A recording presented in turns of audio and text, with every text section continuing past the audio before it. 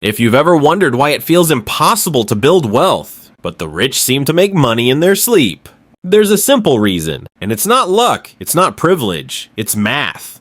Today I'm showing you the wealth trick nobody explains, why the first 100K is the hardest, and why everything after that feels like the money starts printing itself. I'm Cash Carter, and let's break this down without the fluff.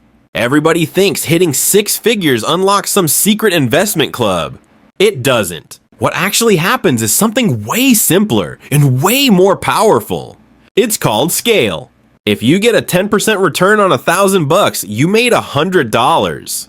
But 10% on 100,000, that's 10,000. For doing the exact same thing, same effort, same return, way bigger reward. That's why wealth feels slow at first. You're pushing a tiny snowball uphill, but then something magical kicks in. Compound interest. Interest on your interest, returns on your returns. Your money starts working harder than you do. That's why. The first 100K might take 7 years. The next takes 4. The third takes 3. And after $1 million, 100,000 can show up in a single year without you lifting a finger.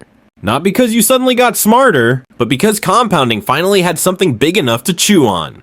But here's the real problem. Most people never get to 100K because they're chasing the wrong thing. They're obsessed with squeezing out an extra 1% return instead of focusing on what actually matters. Time and contribution. If you invest consistently, even small amounts, and you stick with it longer, the numbers get insane fast. $12,000 a year becomes $700 plus $1,000 over 2 decades at average returns. Add a few more years and you're a millionaire. And here's the part nobody wants to hear. If your income stays low, your investments stay small.